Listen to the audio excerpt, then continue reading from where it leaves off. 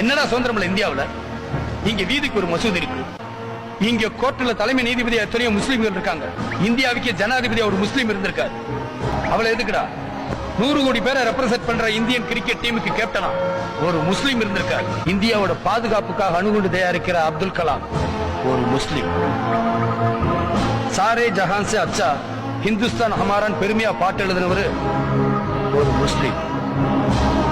யார் ஆட்சிக்கு வந்தாலும் அரசு பொறுப்புல உட்கார வைக்கிற பாத்திமா பீவி ஒரு முஸ்லீம். காலம் பூரா உயிருக்கு மேல நான் நேசிக்கிற நண்பர்கள் எல்லாம் முஸ்லிம்கள். இங்க யாரும் மதங்களை பார்க்கறது இல்ல, மனுஷங்களை தான் பார்க்கணும். இந்தியாவில் இருக்கிற எல்லாருக்கும் ஒரே மதம் தான், மனித மதம்.